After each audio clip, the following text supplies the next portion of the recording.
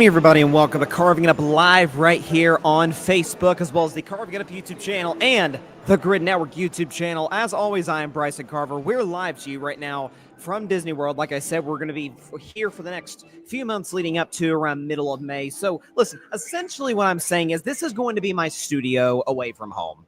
We have got a show on tap for you guys tonight.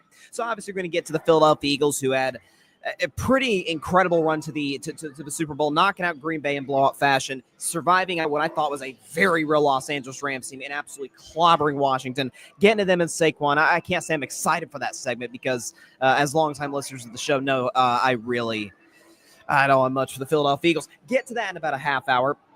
In about 15 or 20 minutes or so, Josh Allen, an interesting conversation about him because it's so odd. He's not coming up. I shouldn't say this. His playoff resume is, but he's still amazing. Get to that in 15 minutes. Why do you think he shoulders a big chunk of the blame for the Bills' loss to the Kansas City Chiefs in the AFC title game? Dallas Cowboys hiring Brian Schottenheimer to be their next head man.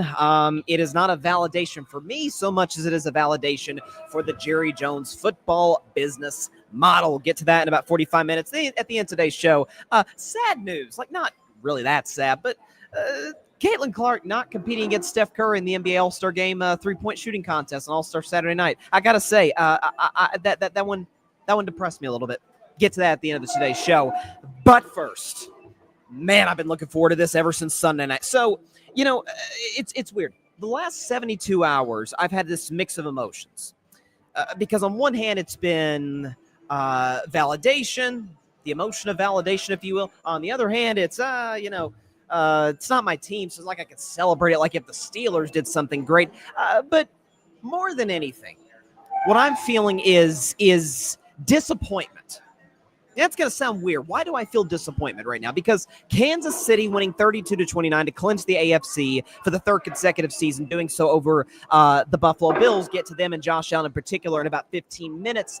Them doing that should be a validation for me. But I have the way I do my show, and I don't do it every show because I think that would make my show clickbaity, but oftentimes I will have a big kind of out there take that I think something in the future is going to happen. And I have swung and I have crushed it over the ballpark, or out of the ballpark, and I have swung and fell on my behind. An example of the latter would be the Denver Broncos to win the Super Bowl in 2022. Not great. Not one of my better days. Probably the worst take I've ever had.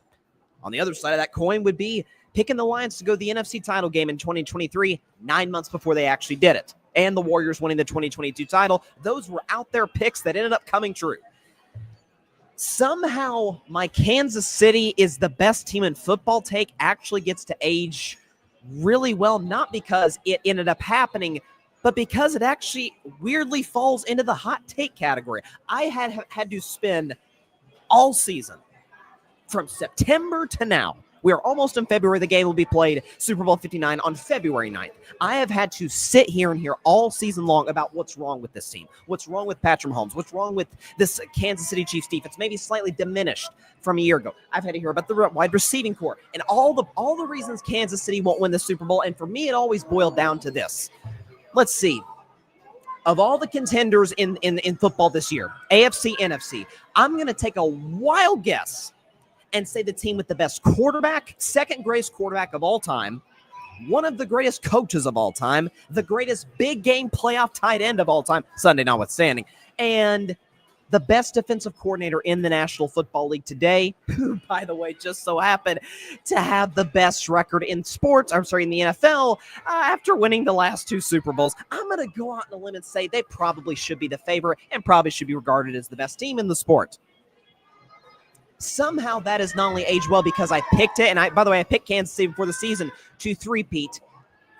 It has been narrative after narrative. All the reps and the games are fake. There's the Taylor Swift factor. Folks, they won 2 Super Bowls before Taylor Swift even got there. Okay, the refs factor. We will do a segment on that next week because I want to give that its own segment. Today's the day to give the Kansas City Chiefs their shine. Why would I believe in the Kansas City Chiefs? What about Buffalo?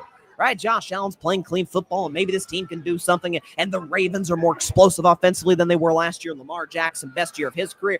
And what about this team? Maybe Houston can actually beat them. Maybe all of these different teams. There was a time my Steelers actually thought I would have had a puncher's chance, and then Christmas Day happened, and I let go of that take. All of these, even in the NFC, the Lions are, I love the Lions. I love me some Dan Campbell. But they're dropping 50 points every fifth game. And it's like, oh, Detroit is better than Kansas City. They couldn't even win a playoff game. And Philadelphia, hey, we'll find out on next Sunday how that matchup materializes. They beat Kansas City last time they faced them in Arrowhead Stadium last year. Time will tell on that one. This team's better than Kansas City. The 49ers are better than Kansas City. And why would I believe in the Chiefs? Well, mostly with respect to Reed, Kelsey, Steve Spagnuolo, who was unbelievable in the fourth down call, it mostly boils down to this. Patrick Mahomes, the playoffs, 17-3 record, 43 touchdowns to 8 interceptions. We'll show you where that ranks all time in just a moment. Completes 67% of his throws, 277 pass yards per game, and a passer rating of 105.8 in the postseason. And we can show you where some of those ranks all time. He's first all time in the playoffs in touchdown to interception ratio. He is first all times. That says pass yards per game. That should say total yards per game. First all time in total yards per game. First in completion percentage. First in passer rating. First in win percentage. And he broke the tie with Joe Montana, the second winningest playoff quarterback ever to, of course, the GOAT himself, Tom Brady, who has 35 wins, which is absurd. Mahomes got a ways to go to catch Tom. There's no question about that. But what we know is, I've always said on my show, when it comes to deciphering who's a contender and who's not a contender, is if I have more questions than I do answers, if I have more uncertainty than certainty about who you are and what you're going to be in the biggest moments, I can't buy into you. Now, if you prove me wrong, great. I can sit up here and give you your flowers. But until that point, I can't do it. That's why young teams don't tend to win championships. Teams with playoff disappointment, players like the Houston Rockets in the James Harden era, like Lamar Jackson, the Ravens, why I don't tend to buy into them, not necessarily as not contenders, but teams I could actually see winning it all. The Vikings with Sam Darnold this year. It's why I bought into a team with the best, not the greatest, that's the difference, best playoff quarterback of all time, the best coach in the league, best defensive coordinator, big game tight end, and all of the narratives that have surrounded this team, all of the nonsense that has surrounded it. I go back to last year because I picked Kansas City to go to the Super Bowl and win the Super Bowl a year ago. I picked them to go back-to-back. And all season long, they were 11-6. You know, there was the problem with this. There was a real problem with guys like Valdez-Scantling and Tony and the drops. It's like, what is going on with this team? I mean, Mahomes is laying it right there on the money. But speaking of Mahomes had kind of a turnover problem for the longest time. What is going on with the Chiefs? They're a significantly lessened version of themselves. I never lost faith that they could win it all last year. I never once said I'm buying stock, or selling stock rather, in the Kansas City Chiefs. Never said that. But I got why people did. Of course I got what people did. They didn't look even close to what they were like in years past. Mahomes had probably the worst season of his career. The receivers weren't very good. Kelsey was a reduced version of himself. The defense was great, but that was really the only consistently great aspect of the Chiefs last year. And then they won it all against an 11-win Dolphins and Bills team, a 13-win Ravens team, and a 12-win Niners team. And after that game, I said, I will not bet against Patrick Mahomes until he gives me a reason to. I will not bet against this dynasty. We know they're a dynasty. That got cemented after they beat the Niners last year, but a team that is on an unprecedented run right now. So no team's three-peated, we know that, but no team's ever gone to the Super Bowl in pursuit of a three-peat. The closest team that came to three-peating was the 1990 49ers, who lost in heartbreaking fashion to the Giants on a fumble. You know, long story. That was the closest one we'd seen, three-peat attempt we'd seen prior to this year's Chiefs team. And when I had to hear about how Lamar Jackson is all of a sudden going to be something that he has never been in his career, and that's a great playoff quarterback and knock off Kansas City. Well, he didn't even get a chance to knock off Kansas City. The idea that the Buffalo Bills, with the inferior quarterback, the inferior coach, the inferior roster, the inferior defense, the inferior everything, not culture, that's not fair. I mean, everybody's an inferior culture, Kansas City, but the inferior football stability, winning close games, whatever you want to call it, The idea that there was a credible argument to put anybody above this Kansas City Chiefs team all season long was laughable. The idea that anybody, I remember the Bills were the favorites for a short period. The Ravens were a favorite this year. Early in the year, the 49ers, I think, were the favorites to win the Super Bowl. Detroit, and I love Dan Campbell. I've been a Lions supporter for almost 2 years. I think they're great. The idea that they should be favored with Jared Goff and Dan Campbell over Patrick Mahomes and Andy Reid, it all looks pretty silly today, doesn't it? Rule of thumb in sports, be it the NBA, NFL, college football, or college sports for that matter, any industry, any line of business, anywhere, stop betting against the team that is not only has a history being great, but is still great. I mean, for crying out loud, the Kansas City Chiefs broke their single-season franchise record, or at least in the Mahomes era they did, for wins in a regular season. They went 15-2, top seed in a stacked AFC, and all I had to hear is about, this is wrong with them. Folks, it was jealousy. It was nonsense. It was a disingenuous line of thought that not that this team was going to get the Super Bowl, but that this team should not be given, not even a benefit of the doubt, because they were the best team all season long. Patrick Mahomes not the Pro Bowl, right? How's that going to age years from now? Now, he would have been the first Pro Bowl alternate. Drake May made it, I think, as a Pro Bowl alternate. So did my man Russell Wilson. But you're going to look back, if Kansas City goes on to win the Super Bowl over Philadelphia, it is going to be, we're going to look back, one of the footnotes we're going to see is like, they went 15-2, won their third straight Super Bowl, and Patrick Mahomes was not a Pro Bowler. But Joe Burrow on the 9-8 Bengals team that was the first team out of the playoffs, would have been the second team out of the playoffs 5 years ago. He's better than Mahomes. Every year, Josh is better, Lamar's better. Joe, I know people personally, and I love him dearly, who would take Joe Burrow over Patrick Mahomes. We have lost the plot on this team, and I'm telling you, it is. I hear inevitability. I've heard some people say, the Chiefs were inevitable. The same people were picking Buffalo all year long to knock off this team. If they're inevitable, treat them as if they're inevitable. They're as inevitable as Jordan's Bulls in the 90s, Brady's Patriots in the 2000s and 2010s, and the Warriors in the mid to late 2010s. It's that simple. And so, by the way, if you don't like it, knock them off. Don't get mad at Kansas City for doing what they've been doing for the last 7 years. Get mad at your own team for not knocking them off. Brady and Burrow, the only two guys that can say it. It's why I give Burrow an extra bump in my quarterback rankings, because I'm like, he's the only guy playing that has done it. So it is the idea that their greatness should be distilled to a bad officiating call, or even in the case of the Buffalo game, a catch by Xavier Worthy that was in any other game would be ruled a catch, which it was. And then the Josh Allen fourth down play where it's like, he clearly got it. If they would have given him the first down, would have had no problem with it. If they would have called him short, which they did, I would have had no problem with it. The idea that was just this obvious, again, is intellectually dishonest. This was the best team in football from start to finish, with the best quarterback on earth, coach on earth, defensive coordinator on earth, and best big game playoff tight end in the history of the league. So, am I shocked Kansas City's in the Super Bowl? You asking me that? You asking me that? Stop. This team is always going to get back to the Super Bowl. At least I felt that way. Anybody that thought otherwise, what games were you watching? It's part of the problems we have in the social media era is, I've always said, is the biggest thing that happened, the most important thing that's happened, and the biggest thing that's happened is the thing that happened most recently, because the thing I remember in my head most vividly, recency bias. This team is inevitable. I view them as inevitable from the jump. I get to be the genius today, the guy that was right, just because I went on very basic facts, a very, very basic premise of knowledge of what this team has been for a very, very long time. I don't know. Hey, you know what? Next year, if the Kansas City Chiefs, the 2 seed, go to Buffalo, pick the Bills. Knock yourself out. Pick Buffalo.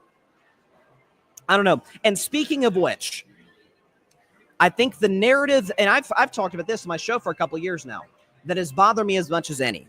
As a guy who, I've said this on my show before. I don't even hide it. I love dynasties. I do. I love dynasties for the same reason that I love history. I love seeing things that have never been done before. I love seeing successful individuals push the boundaries of what was initially thought impossible. Frankly, I thought that's what we thought was great about America. There might be people from the rest of the world watching the show. That's how I view it as a patriotic American citizen. That here in America, we do things that have never been done before, and we push the boundaries. We send a man to the moon, for crying out loud.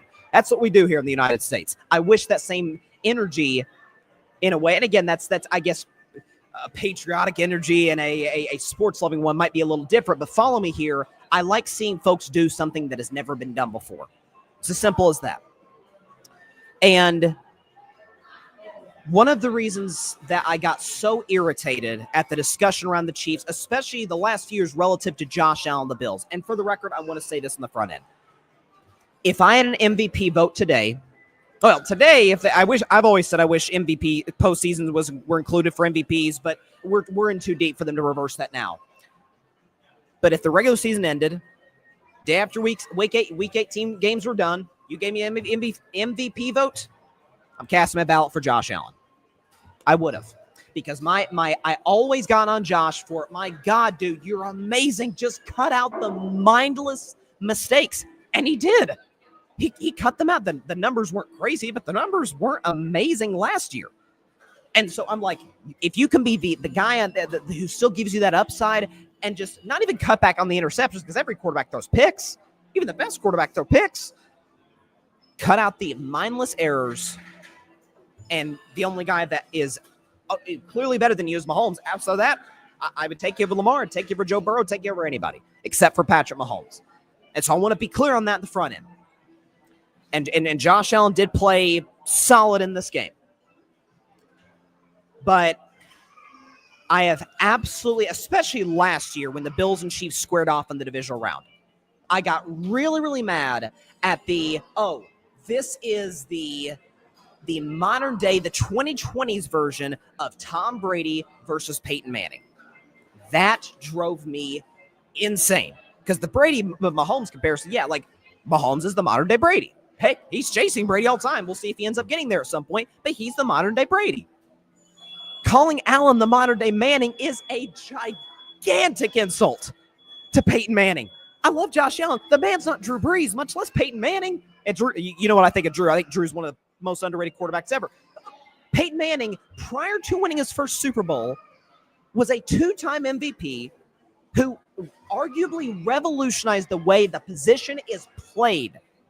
By the end of the Brady-Manning rivalry, which was the time Peyton Manning retired, Peyton had beaten Brady more times in the playoffs than vice versa, had 5 league MVPs, most in history, still is, by the way, and had 2 Super Bowl rings to Tom's 4.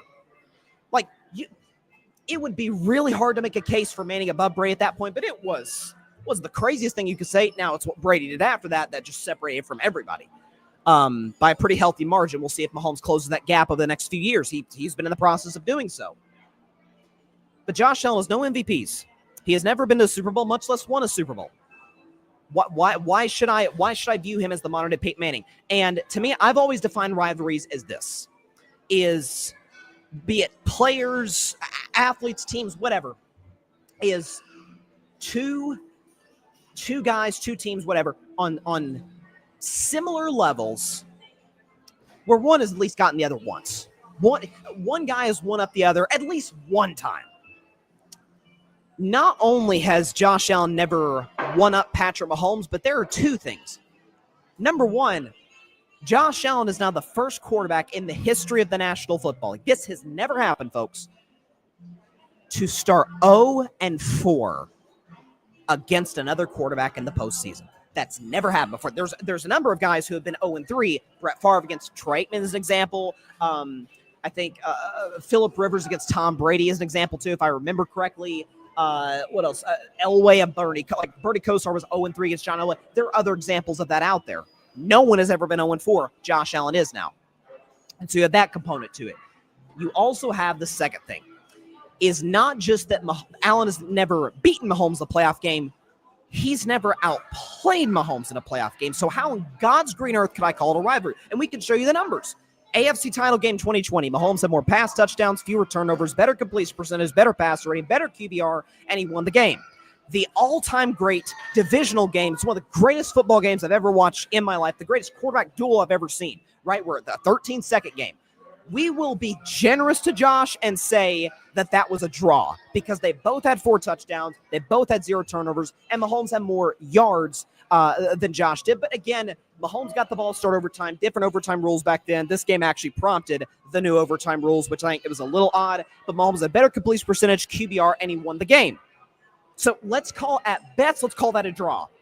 And then the last 2 games, folks, it hasn't been close. Allen had more touchdowns and yards than Mahomes in the 2023 divisional, but Mahomes had the better completion percentage, passer rating, QBR, and he won the game. More in this game in just a second relative to Sunday's game. And then on Sunday, Mahomes, more touchdowns. He had that one really brutal turnover in I think, the second quarter. But more yards, better completion percentage, better passer rating, better QBR, and he won the football game. Is that it comes down to this for Josh Allen. For all of the complaining about the officials, which there have been the Houston Texans game I thought was really muddied in terms of the discussion about the officials, but the Texans had legitimate gripes. The Will Anderson play, there were other plays, the Mahomes slide, all of those things were legit gripes. I don't think the Bills have one. You talk about the Xavier Worthy catch. Xavier Worthy has enough control of the ball because he's going to tie up with a Bills player, maintains possession as the ball hits the ground, all that. And then the Josh Allen 4th and short play, people acting like that wasn't 50-50 go either way are lying to themselves because there are angles that would support both arguments. That aside, all of those things happening, Mahomes the Chiefs doing what they do, coming up clutch the 4th, another Mahomes come from behind drive, all of that being said, you know what happened in this football game, folks?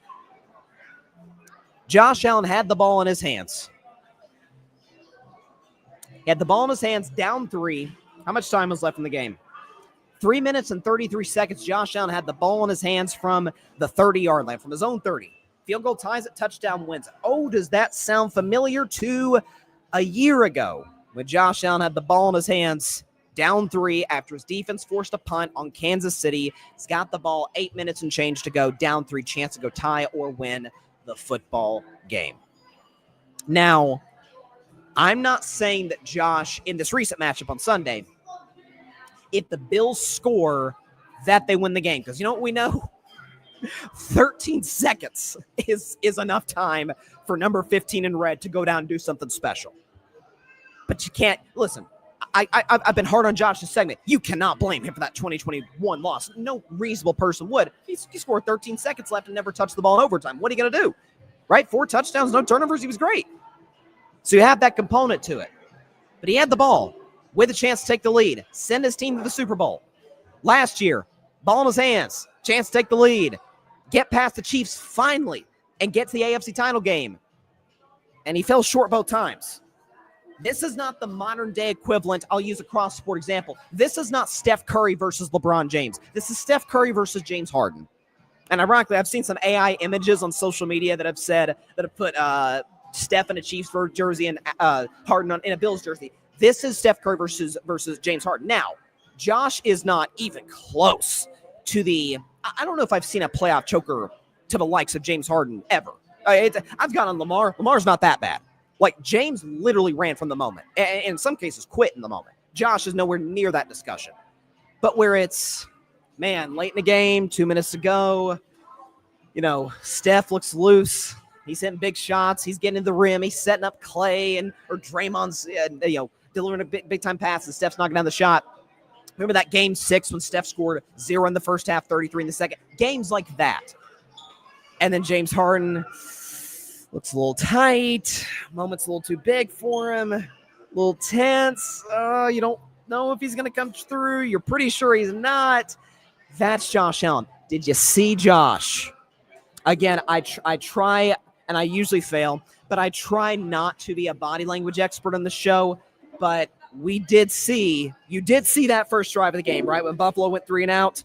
When Josh Allen did his darndest to throw an interception on those last 2 throws on 2nd down and 3rd down, threw it right to a Kansas City Chiefs. The second throw should have been picked by 2 Chiefs. Looked tight, looked a little tense body language, was kind of, don't know if he's going to come through here. And even in that last drive, looked a little tight. Even the Spags blitz, and I put that more in Buffalo's coaching staff for not knowing, hey, big fourth down situation or third down situation, whatever the case may be, Steve Spagnuolo's come with the blitz. What did he do against Brock Purdy and the Niners in the Super Bowl last year? He came with the corner blitz and Trent McDuffie. Like that's his MO. I'm shocked that Buffalo didn't know that. But it's the different. Josh, it doesn't diminish what I view of him as a quarterback. It only solidifies where I'm like, he's amazing. And he's running into an all-timer. He's running into a Mount Rushmore guy who is, if he wins on Sunday, the context of what Mahomes might do in a week and a half, Tom Brady, the greatest ever, won his fourth Super Bowl at the age of 37. Patrick Mahomes might win his fourth at the age of 29. So, now, we do the on pace. He's on pace to, you can't do on pace necessarily when it relates to championships. Like, it's a year-by-year thing. But some of it is you ran into a legend. Some of it is you ran into a juggernaut to a certain degree. And some of it is, for all of those juggernaut facets and things we take into consideration when picking these games, part of the reason people picked the Bills is because they thought, potentially, Josh would have the ball in his hands with a chance to win, and he disappeared. That's kind of been his MO for a long time in Buffalo. You need that big play, and with the exception of the 2021 game against the Chiefs, you're always left wanting a little bit more, whereas with Patrick, it's like, oh, yeah, he's got this. It's the same. It's the Brady feeling. If you were going against Mahomes a big game, you're like, okay, we're toast. He's going to get whatever we need. He's going to get it. Field goal, touchdown, whatever. Burn the clock. Heck, burn the clock. He'll do that too. That's what Tom did. Anytime if you're rooting against Tom Brady, like, oh God, oh no, he's gonna do it to us again. That's what we're watching here. Josh Allen is amazing. Patrick Mahomes is a legend, and that's the difference. Whew, I'm fired up today being on the show. My man EJ Savage is in the comments. He said, by the way, Boys in Zone, please subscribe to his show. He's doing some great draft breakdowns. Please check out my man EJ Savage. Does a fantastic job here at the Grid Network. He says, feels way more like an Aaron Rodgers type of player than Peyton Manning. Super talented, but it hasn't broken through yet. Yes, listen, I think Rodgers is the second most gifted quarterback that's ever played the game to Patrick. Because, I mean, in some ways, Mahomes kind of took his cues on how to play the position in this sort of unorthodox way from Aaron Rodgers. That's what makes Mahomes so freakish. It's like the Rodgers talent with the Brady clutch gene, composure, ability to read defenses, all of it. So you have that as well. So I do sort of get that, although, let's be real, Aaron's a 4-time MVP. Like, I think this is going to sound harsh, and I know I just said I hate the on-pace for stuff, but I'm about to do it. Technically speaking, we know the Mahomes is the Brady of the era. I think Lamar Jackson is a very different player, but in terms of how the career is panning out, the Peyton Manning of the era, and Josh Allen is the Phillip Rivers of the era. Now, if you ask me who would you take to start a franchise with, Josh, without thinking twice. But in terms of what he's accomplished, Phillip Rivers never went to a Super Bowl, only went to one AFC title game. You say, oh, what about Josh? Josh went to 2. Okay, so it's not that big of a gap. Neither won an MVP, neither went to a Super Bowl. Phillip, I think, made 8 Pro Bowls. Josh, what is it going to be for Josh? Like 5, I think. So somewhere in that ballpark. That's now, again, I take Josh, but that's where we're at right now. EJ, the thing is, the ref who called it short didn't have a view of it and never should have made that call short on replay. You can clearly see his line of vision is blocked. I do agree with that in the sense that the first look that CBS showed where it's like, oh, Josh's body is across the line. Yeah, but is the ball, like, I think it was at Chris Jones's helmet or it was a Chief helmet that literally blocked the frame. It's like, I can't see the ball, which is unfortunate in the sense like maybe we could have gotten a more accurate call. I get that, but I think my main gripe, EJ, is not that, oh, they were absolutely 100% correct in overturning the play. Or not overturning play, but saying Josh was short. My take is people acting as if it is obvious on either account, by the way, are lying, because it wasn't. And EJ says the Bills needed to fire their head coach and hire Bill, and he says Bill Belichick last year. Now they've waited too long. They have to roll out another season with McDermott. Listen, Sean McDermott, I've always said, is, and I don't mean this as a shot because it involves one of my teams, Sean McDermott is the NFL's version of Mark Jackson. Sean McDermott took over an absolute disaster in Buffalo, a team that had not won a playoff game or maybe even been to the playoffs, if memory serves me correctly, in like 17 years. I mean, they were one of the drugs of the league, the jokes of the NFL, the Buffalo Bills. And he takes over a mess, makes the playoffs year one, has him in the AFC title game by his 4th season. That's kind of Mark Jackson. Mark Jackson took over a Warriors team where, now Josh wasn't there when Sean McDermott was hired, but Steph Curry was there, but Steph had the ankle problems. Clay was young. Draymond had just broken into the league by Mark Jackson's, I think, 2nd year coaching the Warriors. And Mark Jackson took over a dead franchise and helped the players evolve into what they were, into becoming one of the all-time dynasties in sports history. He set the building blocks. And then Steve Kerr took it over. But again, because Mark had some holes as it relates to he put Steph on the ball a little too much. They didn't move the ball that well. Draymond wasn't as used. But here comes Steve Kerr. He comes in. It's, again, kind of a Doug Collins situation. Like, develop the player, just couldn't get the player to all-time heights. I think that's Sean McDermott. Sean McDermott's a guy who's able to develop a culture. And if Sean McDermott were on the market today, I think he'd be one of the first 2 guys off the board in terms of hires. But not necessarily the guy that you see, oh, yeah, I can see him coaching us to a Super Bowl. I mean, there were 2. I know we're getting to a Sean McDermott conversation, and then we'll go to break, but there were 2 major coaching errors for Buffalo. The first was the Spags, not seeing the Spags blitz coming. Now, maybe, again, I'm no X's and O's guy. There are people immensely more qualified than me to break that stuff down. But even I'm watching, hand to God, watching that 4th down play, and I'm like, Kansas City's going to bring pressure. Like that's what Steve Spagnuolo's calling card. He brings pressure on those plays. And the fact they weren't aware that, not only that, but they tush-pushed Josh Allen 5 times and got 2 of them. And so their tush-push play isn't as clearly as no tush-push play is even close as effective as Philly's. And EJ says, if you're going to win with a defensive-minded head coach, you have to have your defense getting stops in January. He's failed every time against Mahomes when it comes to that. I 100% agree with that because I think the last 3 games, if I'm trying to remember, did Kansas City trail in the 4th quarter against Buffalo in the AFC divisional? The game 2 years ago, the one that was in Buffalo. I know they trailed in the second half. I think they trailed in the 4th quarter. It was like early in the 4th quarter they trailed and ended up, obviously winning the game, as we know. If they did, that would be 3 straight games where Bills have in the 4th and then Mahomes goes down and does what he does. Now, the counterpoint to that would be twofold. Mahomes says that's everybody, A. And B, like there was some stats that kind of showed that were crazy. And B, that his quarterback had the ball in his hands. We can bang on Sean McDermott's defense, but his quarterback had the ball in his hands down through with a chance to go tie or win, and he came up short.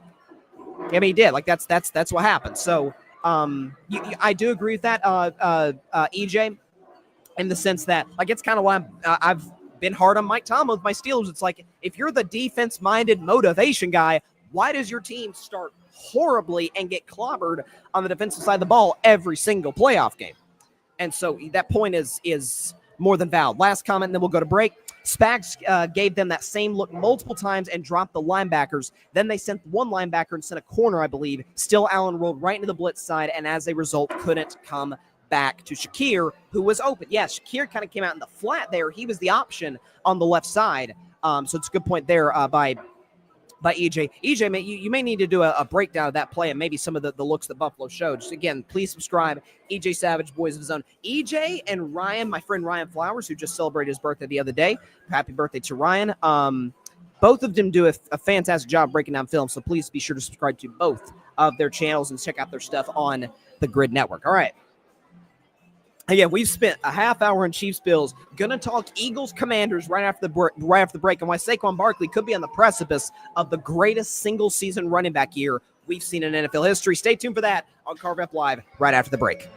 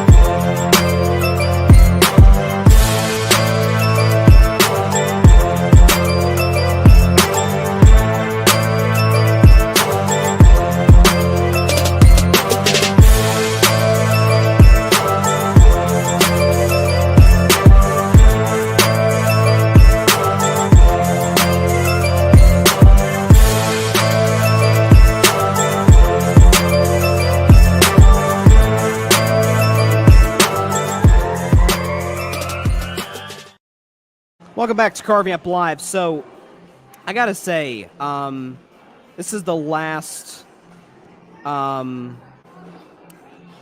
This is the last comment I'll make, at least because again, we've mostly been doing the show since I've been in Florida. We've mostly been doing the show 1 day a week. Since I've been here, that's mostly going to be the case. Obviously, we'll do a show next week prior to the Super Bowl. May do it right before the Super Bowl. We'll see what happens. Then obviously we'll do a post-Super Bowl reaction, then take a little bit of a break, get into free agency once that gets here, and some NBA stuff, March Madness. You know how it goes. It's the last point I'll make on the Chiefs-Bills game because I want to dive into a little bit more next week. But I really get irritated at the narratives that surround Kansas City, in part because I've seen it in previous dynasties in the modern social media era, two being the Golden State Warriors and the New England Patriots. So for years, it was for Golden State. It wasn't that they had Steph, KD, Clay, Draymond, and Iguodala. Well, Iguodala wasn't his prime. Iggy's getting his jersey retired, by the way, much deserved. But the four of the greatest players ever, two of the 15 greatest players ever potentially in their prime. It wasn't that they were great, but it was always, there was an illegal screen in the third quarter of Game 7 is the reason that the Warriors won this game. And it would always just be this nonsensical. They'd be like, no, they have the greatest shooter God ever created and the most gifted scorer, arguably, in the history of the league and more. And then for New England, it was all, they called her roughing the passer in the fourth quarter. That's why Tom Brady, all of these things that I'm seeing now with Kansas City. I won't spoil it. Please tune in. Please do to the 8 o'clock spot tonight at 8 p.m. Eastern, 5 p.m. Pacific time. About an hour and a half right after my show. Please check it out. I gotta say, I've been the host of the show. I must admit, I enjoy being a contestant more than being the host. I'll put that out there. I am no fan of the lead today. I am no fan of the lead topic today. That's all I'm going to say. Just tune in. Just tune in the 8 o'clock spot. I'm giving y'all a promo, Mike. Mike Guido, who's going to be hosting tonight. Shout out to him. Because he's a big Bills guy. He's a big Josh Allen guy. I'm no fan of the lead. I'm just going to say that. Okay, so to Philadelphia and Washington now. So listen, for as amazing of a game as Buffalo and Kansas City was, Philly and Washington in the second half especially was kind of a dud. Washington goes down, 18-play drive, kicks a field goal. Saquon Barkley does what Saquon Barkley has done often this year, and we'll talk about him in just a moment. The first play of the game takes it 60 yards to the house on what looked like it should have been no more than like a 15-yard carry. But his quick twitch is unreal. So, quickly on Washington, listen, Jaden we know he was spectacular this year. We know what he did as it relates to helping along with Dan Quinn, along with the new general manager, new ownership that has been there for a couple of years now, being able to lift a Washington franchise certainly out of the depths of football hell that Dan Snyder put them in for over 2 decades.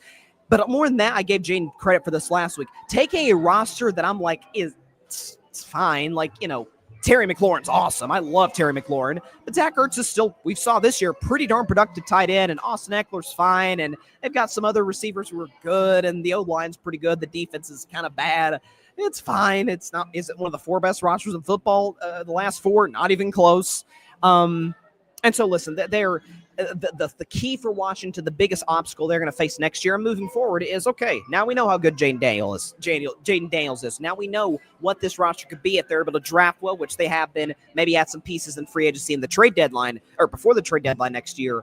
Now they face a little bit what Detroit faced where, okay, now we expect you to be good. Now people are actually like, they're putting a little bit of a star on their schedule this year when they see you there. So going from not necessarily being hunter to hunted necessarily because they didn't win the Super Bowl, but now people expect you to be good. And so we'll see. I'm not saying Washington can't. I'm just saying that's going to be their next challenge because I think Jaden is just unbelievably talented. I loved Jaden out of LSU. I really did.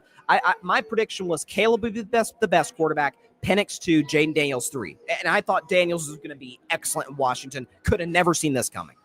So with that aside, to Philadelphia and to Saquon Barkley in particular. Last week, I compared Saquon to Tom Brady, and it's like, Saquon, where do you get that from?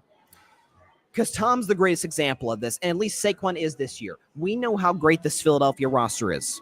That goes without saying. I think they're the second best roster in football. Detroit's not far off, particularly on the offensive side of the ball. San Francisco, when healthy, I still think is just stacked. Philadelphia, top to bottom, there really isn't a big flaw that, you could hone in on. Even the quote-unquote weak link that some see Jalen Hurts as, Jalen Hurts is pretty good against Washington. I've been hard on Jalen. Jalen looked really good against Washington, particularly throwing the football in key situations. But there is still an element of, not in this game against Washington, because they're a much more talented team than Washington, but there still is the element of, we saw it at the end of the Rams game, where it's like, okay, Jalen Hurts tends to have injury concerns at this stage of the year. A.J. Brown, you never know where he's at emotionally. Nick Sirianni, the same applies with him. And fortunately, he's the guy that coaches the darn game. Almost blew it big time against the Rams in multiple key spots. But then it's just turn around, get the ball, Saquon Barkley takes the house. I said he was similar to Brady in the sense that New England was, we didn't talk about it enough at the time. I didn't have a show until the last year Brady was there. But that last 4 years that Brady was in New England, it was kind of chaotic. Like we talked about him, but we didn't realize how much Brady and Belichick's relationship had kind of deteriorated toward the end as we grew to learn in books, documentaries, etc., reporting, great journalism in that Boston, New England area. Not only to mention that the roster in New England the last few years Brady was there, and I hammered this in 2019, was terrible. It was a bad roster. The last couple of years Brady was with the Patriots, particularly on the offensive side of the ball. And Brady covered up for that because he's Brady. There's no other explanation for it. Saquon Barkley is a win away. Hey, let me put it this way. A great performance in a win away from having a very legitimate argument that he had the greatest running back season in NFL history. Now, I think Terrell Davis in 1998 with the Denver Broncos, when that was John Elway's first Super Bowl, when Elway finally broke through toward the end of his career, the first of the back-to-back Denver Super Bowls. They won that one against Favre and the Packers. Terrell Davis was unreal that season in Denver. We can show you what Saquon Barkley's done this season. It's fewer touchdowns, I think it's like 6 fewer touchdowns, but almost identical. So 24 in the regular season and playoffs this year. Saquon Barkley, 2,447 rush yards, which is only 29 behind Terrell Davis on 59 fewer attempts, by the way. So he's almost certainly, knock on wood, God forbid he gets hurt, going to break that for single season rush yards. 128 yards per game, 6 yards of carry, and 18 rush touchdowns. And by the way, keep in mind, you got tush push that took a lot of touchdowns away from Saquon Barkley. Otherwise, he maybe could have passed Terrell Davis. So we're having that conversation with him there. But with Philadelphia, it is what this game is doing. I remember talking about this, actually. I literally did a segment on this when the last time we saw Kansas City and Philly in the Super Bowl. I did a segment to start the show that day. I said, right before the game was played, I said, this game is going to shape how teams view constructing a championship roster. Because we knew Mahomes was the better quarterback and Philly had the better roster. And like Jalen was almost MVP that year, but we knew Mahomes was better, all of that. If Philly won, it was going to be, hey, we can have a quarterback who's not A+ and can be Superman every play. Mahomes, Allen, Lamar, Burrow, like Jaden Daniels potentially, maybe CJ Stroud. All of those guys, we cannot have that if we're able to put an all-star roster together. Howie Roseman has done an incredible job of doing so in Philly. And if the Chiefs win, we can get there if we got the all-star roster, but we better have that dude at quarterback. Now, the Niners came close to doing that with I think a significantly lesser version of Jalen Hurts, different stylistically, obviously, in Brock Purdy. Heck, the Niners almost did with Garoppolo. It can be done. It's just, I think, a little bit harder to do because there's so many more holes you have to fill if you have a B+ and below quarterback as opposed to somebody, one of the guys that I mentioned, one of the 4 best quarterbacks, and certainly Mahomes is in a category of his own.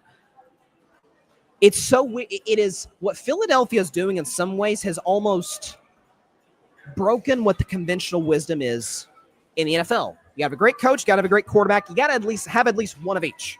So like even in Buffalo, like I think Sean McDermott's a good coach, not great, and Josh Allen's a great quarterback. You got to at least have that.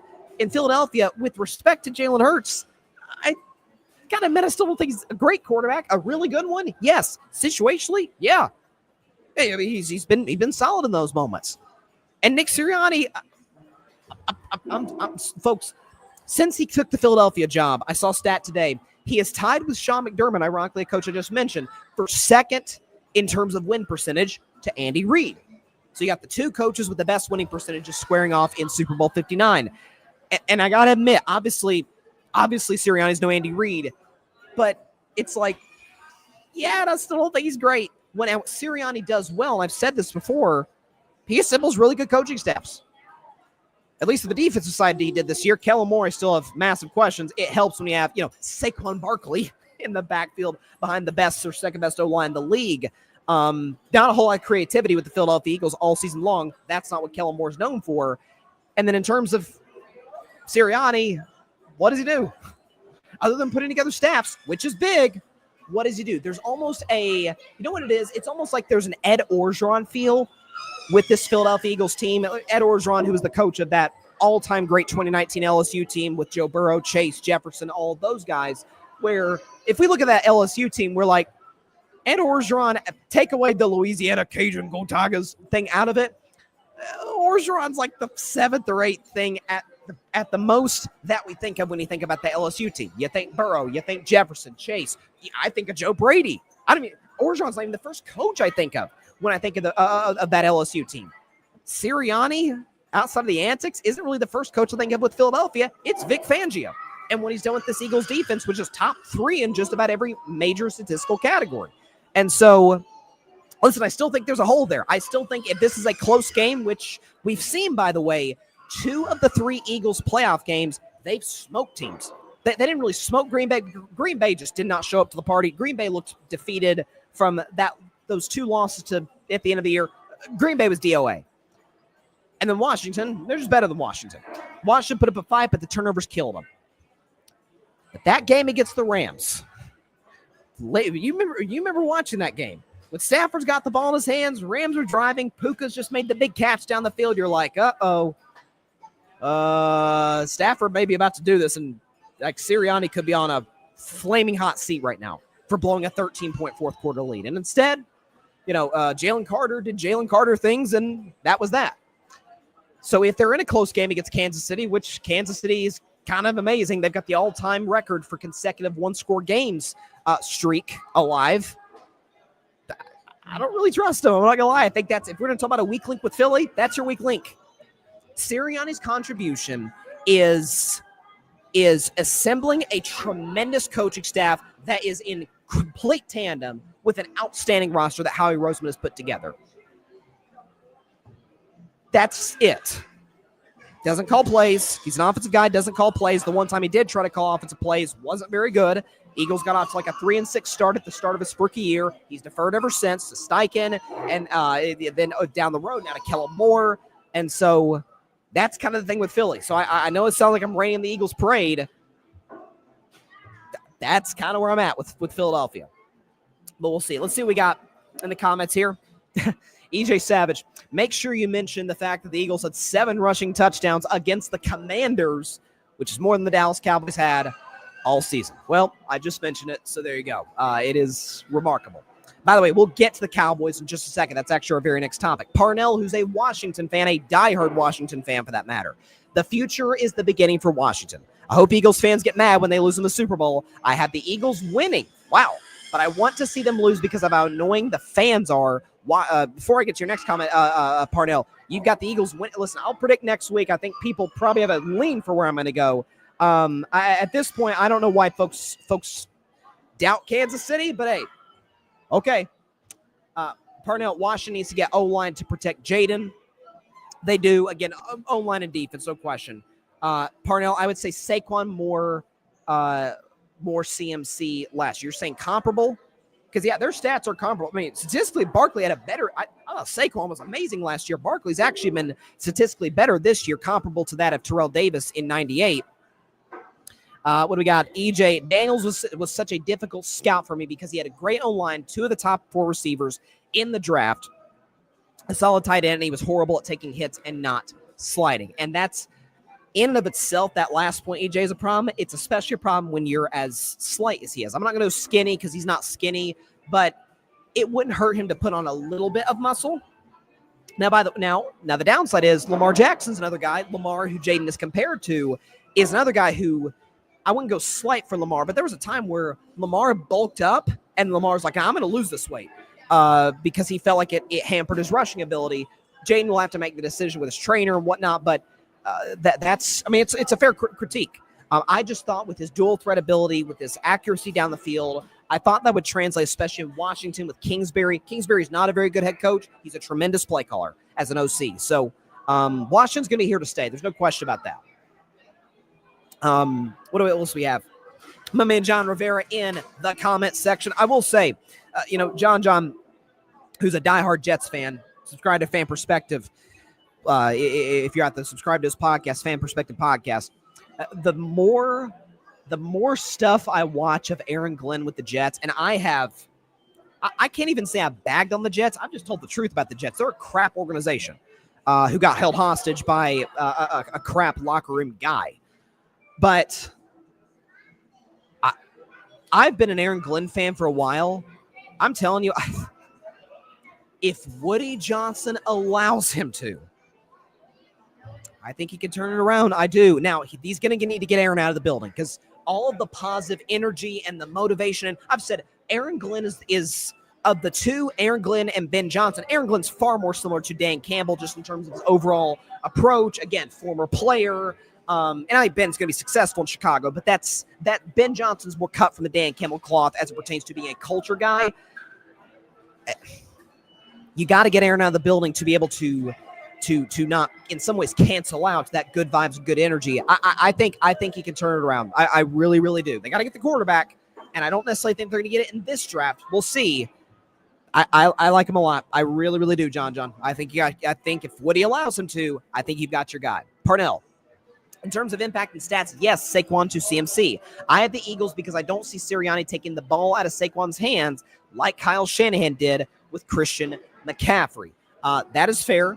I defended Shanahan after my biggest criticism of Shanahan against Kansas City was not knowing the overtime rules. Like that. I remember watching that game and when the Niners won the coin toss and they elected to get the ball. I'm like, you do know the rules changed like 2 years ago, Kyle, right? Like that was his big error. But I thought he was aggressive. I thought the trick plays that they ran, I thought he just went all out. If we're going to go down, we're going to go down swinging because we have the significantly inferior quarterback. That's fair. You can make a case that in some spots in the middle of the Rams game, the one I keep harping back to, that I thought the Rams were a little bit better. Turnovers killed them. I thought there were moments in that game where they would kind of take the ball to Saquon's hand, drop Jalen Hurts back. It's like, dude, you got this monster wearing 26 in the backfield. Give him the ball. So we'll see. That matchup is going to be fascinating to watch. There's no question about it. Also, don't know what the over-under is for Dallas Goedert receiving yards. Take the over. That's kind of the weak point of Kansas City's defense. They're not very good against tight ends. So I would, whatever sports book, FanDuel, DraftKings, any of them, take the over on Dallas Goedert receiving yards. I'm just putting that out there. Okay. So we segue from an all-time dynasty to an incredibly run franchise who's back in another Super Bowl to what has now become arguably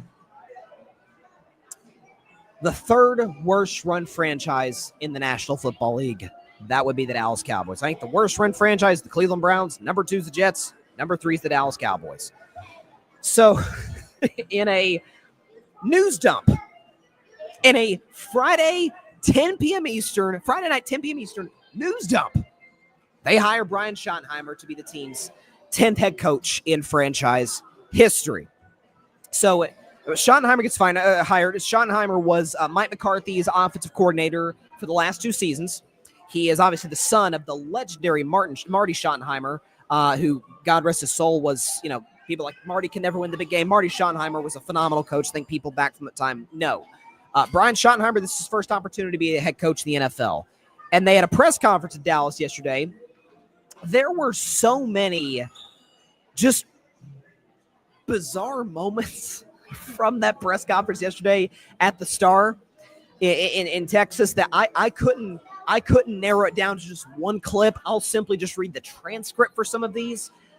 But so Jerry Jones was asked about hiring Brian Schottenheimer and what it meant. And this was his answer. I kid you not, word for word.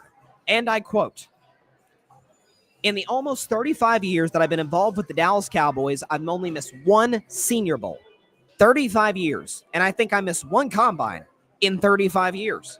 At the NFL, over the last 4 to 5 years, the NFL, we want to come in a day early so that we can visit with prospective coaches for the future of my team and any other teams. In 35 years, I don't think I've ever visited with the coach, but with what in my heart and mind, I wasn't having an interview. I don't think I've ever had a coach visit with me that wasn't prospectively thinking maybe someday our paths might cross. I've been around a lot of coaches. As a matter of fact, I wanted to be a coach, except I wanted to live better than I thought the coaches lived." End quote. He was also asked about moving on from Mike McCarthy, Jerry Jones, and I quote, "It was time for a change. We spent 5 days getting to come to that decision. One of the reasons we came to that decision was because this decision was available to us." End quote. All right. For those that didn't know, Brian Schottenheimer did not call plays in Dallas. That was Mike McCarthy's job. Now, I've always said about McCarthy, he is not as bad as his critics say he is. He is not as great as his fans say that he is. And Mike McCarthy doesn't have that many fanboys, so to speak, and the Cowboys fan base of the media, whatnot, but he certainly has his defenders. I've always considered myself very lukewarm on McCarthy. I think he's somewhere around the 13th, 14th best coach in the NFL. I think he has a history, a track record that says he is one of 5 coaches in NFL history to make 8 straight postseasons with the same team. I think it was like Tom Landry, Belichick, Shula might have been in there, and I'm forgetting Andy Reid as well. I think I'm almost certain Don Shula was in that. And it was Chuck Noll. It wasn't Don Shula. It was Chuck Noll and Mike McCarthy. So for all of his flaws, he has that in his resume. And he called plays, and for what it's worth, he called plays for Dak Prescott to be second runner-up for MVP to Lamar Jackson in the 2023 season, Dak's last healthy year.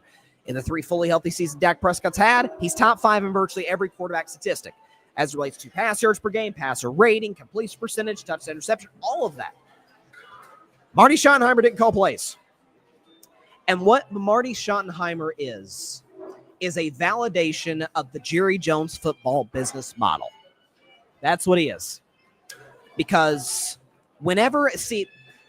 2 weeks ago, I was going to do a segment on the Deion Sanders rumors, because at the time 2 weeks ago, it was the story in the NFL, even over a lot of the playoff games. It was, Dallas moves on from McCarthy, and Deion Sanders may be interested. As a matter of fact, some of the reporting from Ed Werder, as trusted a reporter as you could have in Dallas, he said, hey, Jerry's interested in Deion.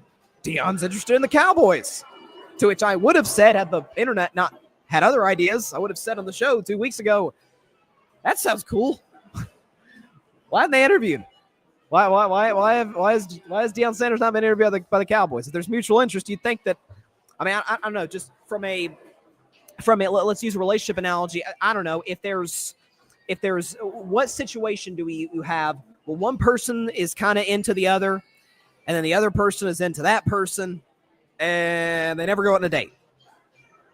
Middle school prom, I guess. I don't know. That's not usually how it works. It was never going to happen because it was all just a big fat press tour for Jerry Jones. It was an opportunity with the Dallas Cowboys not in the playoffs this year, off a 7-10 season, virtually eliminated. They were mathematically eliminated toward the end of the year, but virtually eliminated the second Dak Prescott's hamstring gave out. Jerry had to steal the headlines for the NFL playoffs. Usually Jerry's Cowboys are in it, so they can steal it by default. And it's a validation of the Jones football business model. He fired Jimmy Johnson. People seem to forget this is the same guy who did something that if it happened today, listen, I wasn't around in 1994. I don't remember. I wasn't around for it. I don't know. But if it happened today, where the Kansas City Chiefs, or happened last year, let's say 12 months ago, Kansas City Chiefs beat the 49ers in the Super Bowl, and bam, the Hunt family axes Andy Reid. It would have been the biggest OMG, WTF, whatever phrase you want to use. What is happening in Kansas City? Fired him just because he wanted credit and because Jerry Jones wanted control over personnel, over over the business aspect of the Dallas Cowboys, which you already had control of that anyway. The PR aspect of the Dallas Cowboys, where Jimmy got credit, Troy got credit, playmaker Michael Irvin got credit, Emmitt Smith got credit, offensive line, Great Wall in Dallas got credit, Charles Haley and eventually Deion Sanders got credit. And Jerry didn't like that. Jerry he's a TV star. Heck, we saw him. My dad's a huge fan of a very successful show, Landman. We saw Jerry Jones on Landman. He was really good. Matter of fact, I remember I saw the clip on Twitter. I was like, gosh darn, Jerry Jones should have gone into acting. He's great. He's fantastic. That's who he is. He is all about the show. I've always said this. If you gave Jerry Jones the option, you said, I can guarantee you, Mr. Jones, that you will win a Super Bowl in the next 5 years. You'll be around for it. The Dallas Cowboys, with you as the owner and general manager, will win the Super Bowl. And you'll kind of play a boring brand of football. You won't get talked about as much as maybe like a Kansas City or a 49ers or a Philly or Buffalo or Baltimore, teams like that. But you'll get one. Maybe two. You'll get two. That, or you will continue to be the most talked about team in professional sports, the most marketable team in professional sports in the world, by the way. He would take that option. By the way, with no guarantee of winning a Super Bowl, he'd take that all day, every day, every single time, without fail. Dave Campo, Chan Gailey, Jason Garrett, Wade Phillips, to a lesser degree, Mike McCarthy, and now Brian Schottenheimer, who had no offers to coach anywhere else. People were going after Ben Johnson and Mike Vrabel and Aaron Glenn, and the Saints might close the deal with Kellen Moore. That's who teams were going after. Heck, Belichick, before he took the North Carolina job, was supposed to be the candidate. 74-year-old Pete Carroll was a candidate. All of these guys were considered to be, and Schottenheimer was not one of them. At this point, if you're going to hire Schottenheimer, why'd you move on from McCarthy? Because Jerry Jones is a man who wants to control the narrative, who is, I've heard comparisons, and I've hesitated to do this, but I understand where people are coming from now completely. Is Jerry Jones has shifted in the phase of his career, in his life in some ways, that Al Davis did with the at the time with the Oakland Raiders. Al Davis at one time was viewed as a visionary, as a maverick, as a guy who was ahead of the curve in many areas on what the future of the NFL was and needed to look like. That was Jerry Jones. As recently as like 8-9 years ago, it was Jerry's idea, at least he pushed for as much as anybody, to put an NFL team in Los Angeles, California. That was Jerry Jones. He's, in some ways, Jerry has been a visionary. He is the guy. For years it was kind of said that, in NFL circles, at these owners' meetings, they have the owners' meetings every offseason, that the 32 owners, or I guess 31 owners, would show up, and there'd be two guys they'd go to. They go to Bob Kraft in New England in the middle of the Patriots dynasty because he won more than anybody. So hey, Kraft, give us a little, that secret sauce. What's the secret to winning? It's like, I don't know, dude. We have Tom Brady. That helps. And then they went to Jerry Jones. It certainly wasn't for the winning, but for the business aspect of it, Jerry historically has been brilliant. In terms of the business of the NFL, Jerry has been outstanding. It's why he's in Canton, Ohio today. Deservedly so. But toward the end of Al Davis's life, God rest his soul, there were some weird moves. Remember was it Darius Hayward-Bay? I think that was the receiver's name that the Raiders took in the first round. I think Mike Mayock, who eventually became the GM of the Raiders, said, this dude is like a 7th-round pick in my mock draft. What are they doing? There was weird draft picks, coach moves, and the Raiders deteriorated from a proud, iconic NFL blue blood franchise into what they remain today, and which is a laughingstock. We'll see if Pete Carroll can turn it around. And that's what Dallas is. Dallas is now what the Raiders were about 13, 14 years ago.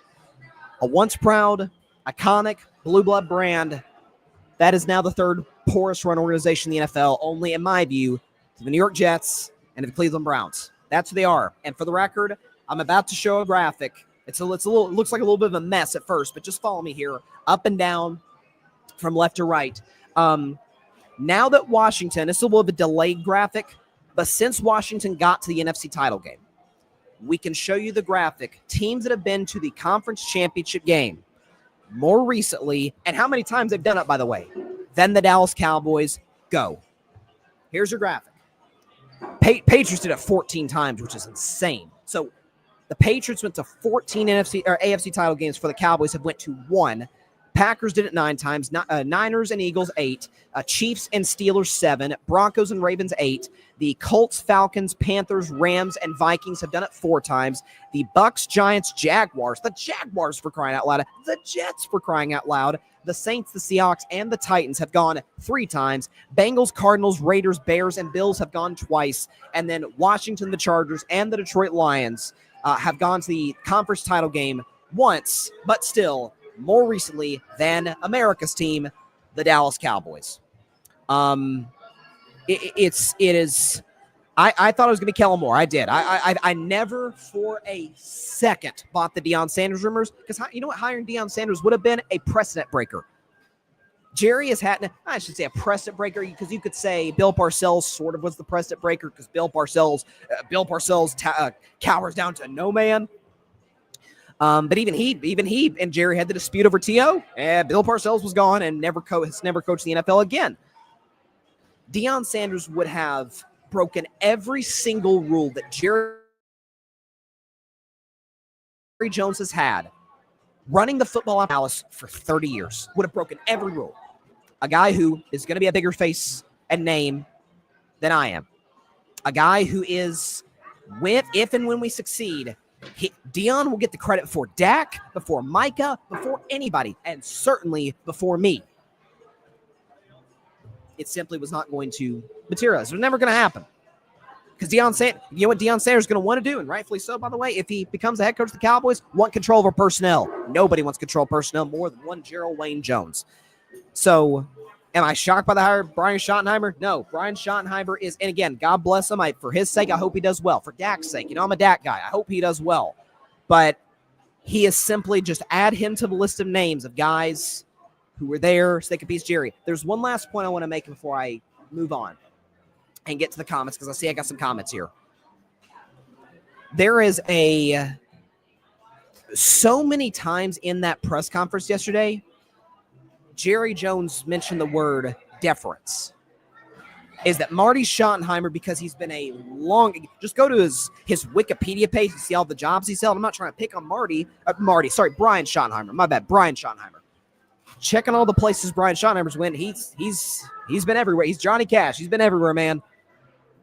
Jerry Jones specifically sort of alluded to that and said he's had deference to guys above him his whole career. Deference. Is Jerry Jones not alluding to the fact?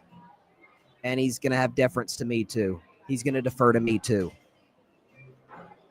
And thus, why the Dallas Cowboys have been, continue to be, and under the Jones family, Jerry or Steven, will always be a poorly run business and a football team that will continue to disappoint and leave us all kind of scratching our heads as to why we didn't get a little bit more than what we got. Check the comments here. What do we have up in here? Parnell, Commanders fan. He probably loves this. Jerry Jones ain't changing. He was never going to hire Prime or Pete Carroll. Jerry cares about money and headlines, which is why I didn't report a Prime Pete Carroll, because of benefiting. In 2009, he was talking about the Raiders here. The Raiders drafted Hayward Bay over Michael Crabtree. John. Thank you, John Rivera. He said, yeah, left Dallas at the right time, LOL. Listen, again, this has been to start with our Chiefs segment. This has been, I will openly admit it, this has been the Bryson Was Right show. This might be a good sort of cap on it, in the sense that for those that don't know the story, I'll keep it brief. I was a Cowboys fan growing up my whole life, and they drafted a guy in 2016 who I was a massive fan of. Thought he could be, honest to God, before he was drafted in the NFL, could be a franchise quarterback in the NFL, named Rain Dakota Prescott, better known as Dak. And when they drafted him, I was like, oh my gosh, this is amazing. He's gonna do it with my team. This is gonna be awesome. And when the contract stuff happened, the first go around in 2020, Dak was frantic. When I saw quarterbacks that were not as good as Dak, Jared Goff, Carson Wentz got a deal before Dak Prescott. I'm like, okay, what is Jerry doing? And then Dak breaks his ankle in 2020. I said, I'm done. Because it was so emotional of a moment. It's like, I'm done. This guy, and we the writing was on the ball prior to that, certainly, that Jerry was a headlines guy, not a wins guy. But it's only gotten worse since. Even I didn't think it would get this bad. It's why I became a Steelers fan. I took like a 2-year break. I rooted for the Cowboys, and I still root for the Cowboys because of Dak. But it's why I became a Steelers fan. For all the Steelers' faults, they're not even close to what this disaster circus is. Parnell. Jerry would have a better chance hiring Brandon Staley. Gosh, that would be bad. That'd be even worse. For as bad as I think the Schottenheimer hire could be, Brandon Staley would be worse. That was the worst coach of football. He's there, man. And nothing personal, but that guy, oof. It was brutal. John, Adam Silver suggesting 10-minute quarters. I did see this. What do you think? So basically what Silver was saying is that, hey, they do 4 10-minute quarters everywhere else. They do it in the WNBA. They do it overseas. They do it in the Olympics. In the Olympics, 4 10-minute quarters. I don't think the problem with the NBA, some of the problems they face is related to, the games are too long. That was baseball's problem. Major League Baseball and the the pitch clock, all of the old timers and the diehards and the precious people, whatever you want to call them. We're like, this messes with the integrity of the game. It's like, no, it actually makes games quicker. Could potentially. And by the way, Manfred then banned the shift, made the base bigger. Like, it's going to encourage steals, going to encourage better situational baseball. This is great for the sport. That's the 48-minute game is not the problem with the NBA. Now, I think they should shorten the season. Yes, if it were me, 72 games. So 65 to 72 games would be what I would do. 82's a little too many. Silver's never going to do that because for business purposes, he shouldn't do that because why would I cut almost a quarter out of my season essentially when it's really beneficial to play these games, put butts in seats, TV deals, all of those things. So I would not do it. I don't really get why he suggested. Maybe just to keep pace with the world, but I don't know. The world may have us beat. The world in basketball may have the United States beat. Not as of now. Steph Curry and LeBron James and KD ensured that didn't happen. But 2028, I was actually thinking about that. 2028 Olympics, I ain't gonna lie. I'm nervous. I'm nervous for the old red, white, and blue to see what we do in men's basketball. And where's that? Oh, it's in Los Angeles. It's on our home soil. Whew. Don't blow this, guys. Come on. Shoot, the women almost got beat too, by the way. Both the women and the men almost lost in the gold medal game. Last comment, then we'll move on to a basketball story, ironically. Parnell, isn't it shocking that every team in the NFC East has made it to the conference championship game except Dallas? Last time for Dallas is 1995. I'll do you one better, my friend. Try every team in the NFC has made it more recently than the Dallas Cowboys. I think the only ones that haven't done it are the Browns, who are the other teams? The Dolphins haven't done it. I actually wrote this down, I think, earlier in my notes. If I could pull this up in here to make sure we got. Let's see. It was. Oh, I don't have it. I thought I wrote it down. I don't know. I know it was the Dolphins haven't been to the NFC title game, or AFC title game rather. The Browns haven't done it, and I'm forgetting who the other team was. It's lost off the top of my head. So, shifting now to a basketball story. And this one isn't being talked about that much, but just as reason I'm talking about it is because it's something I've literally hyped up on the show since last summer. And I wasn't just doing it because it was July and there was no training camp in the NFL. There was no NBA. Baseball was like in the All-Star break, and it was a dead period. It's not the only reason I brought up this story. I brought it up because it's something that I not only thought was going to happen, but what I desperately wanted to happen is All-Star Weekend, February 2025, in the house, the Golden House built by the Golden Man, Steph Curry in Golden State. My Warriors hosting the All-Star game at the Chase Center this year. Let's go. And the biggest moment was not going to be the three-point contest. It darn sure won't be the skills competition, which they need to get rid of. Nobody cares about that one. Or the slam dunk contest. It was going to be an enhanced version of what we saw a year ago. A year ago, we saw Steph Curry versus Sabrina Ionescu in a three-point shootout. And I said, this year, the stories galore. We put the Splash Brothers back together. Klay Thompson's a Dallas Maverick. We put the Splash Brothers back together. Steph and Klay versus the woman who did it last year, Sabrina Ionescu, with maybe the biggest star, I should say the biggest star, but certainly the one that has the highest upside of stardom in terms of men's and women's basketball, Caitlin Clark. Have a shootout with Steph and Klay versus Sabrina and Caitlin. It is something that I thought was going to happen, and today we got the news from her representatives, Caitlin's representatives. She will not compete in such a contest for two reasons. A, they said she won a three-point contest. They were a little bit contradictory. The first report that came out, and I don't know if this is true, said that she wanted to, her shooting regimen does not involve shooting off a rack, which you're obviously doing a three-point shooting contest. The next thing that came out said she wants her first three-point contest to be at the WNBA All-Star Game, which, for the record, totally respect that. I totally get that. I just wanted to say it really broke my heart because I thought it could be productive and great for the NBA and the WNBA obviously as well on a number of fronts, where part of the issue, certainly prior to Caitlin Clark, that the WNBA had for a long time, is as simple as the most important games of their season happen during football. WNBA playoffs, September, finals usually played in early to mid-October. That's smack dab at the beginning of fever pitch of NFL hype to start the year.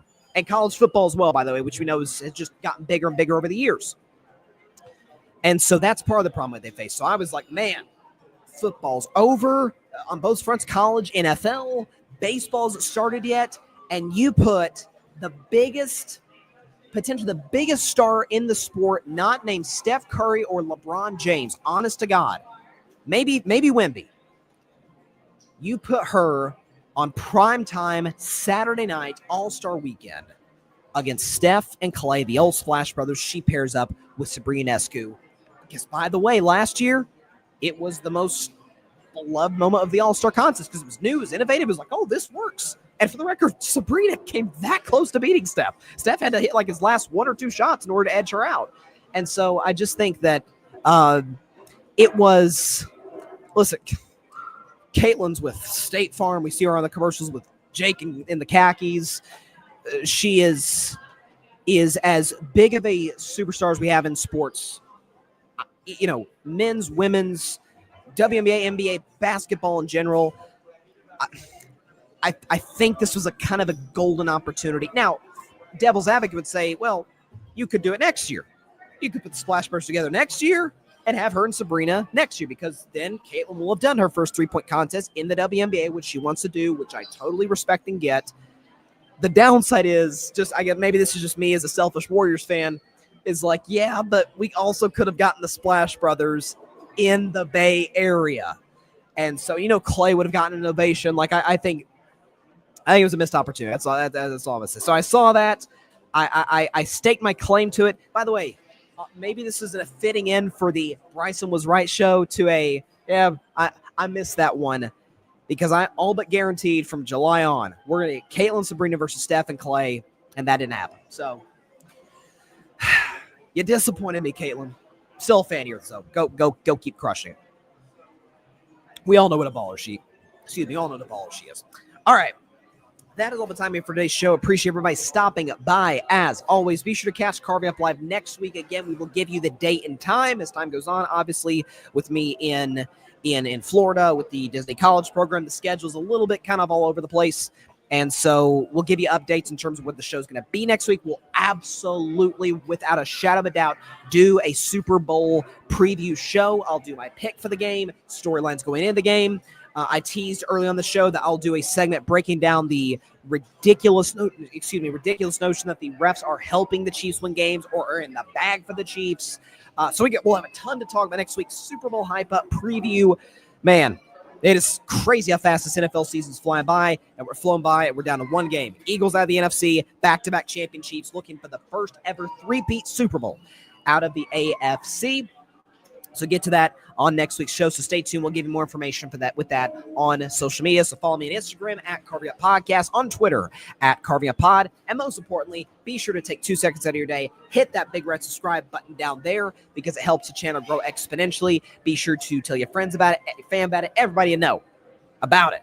except for your sleeping cat, of which, by the way, I miss mine dearly in Tennessee. My man Nealon, my little buddy.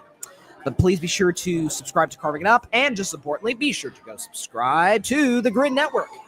That is GRYD, the Grid Podcast Network, right here on YouTube, as well as any everywhere that you get your favorite podcast, be it Apple Podcasts, Spotify, iHeartRadio, any and everywhere that you get your favorite podcast. You can find us at the Grid Network, where we dare to be different. And in about a half hour, about 40 minutes more accurately, check out the 8 o'clock spot. Put up the logo right there for me, right there. 8 o'clock spot live at 8 p.m. Eastern, 5 p.m. Pacific time on the Grid's YouTube channel. It will be hosted by my man, Mike Guido, who is still, Mike calls himself a Cowboys fan. Mike's a Bills fan. He can say it. He's a Bills fan. He's also a big Cavs and Yankees fan, which I try to look past, but it's hard. And he's a Florida fan too, which I found out like 3 months ago. That really broke my heart, Mike. It hurt. But he's been hosting the show tonight. He's going to do a fantastic job. I think we got Arthur Hurst and Paris Brown. Be sure to check out the show tonight, versus night on the Grid Network, 8 o'clock spot. Tune in about 40 minutes from now. You will not be disappointed by what you see on that show tonight.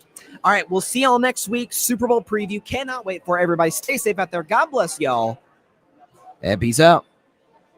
I told you I was right in Kansas City. Come on now. Thanks so much for watching the show on YouTube, and be sure to go click that big red subscribe button and check out the other clips and full shows from Carving It Up Live, as well as our other incredible content creators here on the Grid Network.